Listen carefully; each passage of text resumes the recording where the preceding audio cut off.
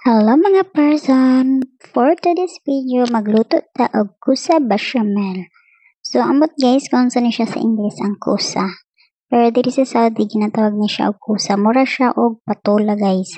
So, kung kabalo mo kung unsa ni siya, lalo na kining mga nasa Middle East, paki-comment naman dirabi kung unsa ni siya sa English or Tagalog man lang. So, una na akong gibuhat kaya syempre, giugasan sa ako ng kusa, no?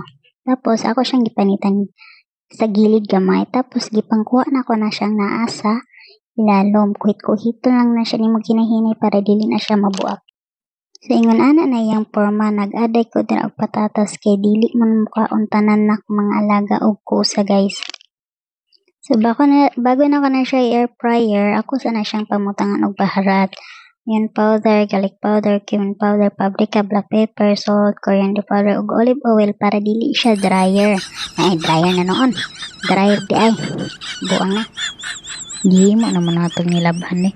Yan na siya, ino lang siyang i-air. Sunod na itong buhaton, lutuan na nato ang karne ug katong gulay guys, tangigiling guys ha. Pagkamana, syempre magamit rada dirag olive oil, garlic, kanang onion powder. Nadira sa screen ang mga pangpalasa guys, basahan lang na ninyo, i-post lang para makita naman kung yan na siya, so pwede na okay na. Sunod naman mo ni ang bechamel sauce na to, so magamit tag 1 spoon butter dira. Una na ako napakita guys, basta mauna, tapos butangan nimo og 2 spoon flour, tapos 2 to 3 cups warm melted milk. Kanang warm ha, dili siya init guys. Halo-haloon lang jud nato na siya guys, di nato undangan og halo. Pagkahuman, pag okay na siya, kanang okay na ang atong bechamel sauce, ayan, ito na siyang ibutang dayan sa atong lutuan, kaya ito pa man siyang i-oven.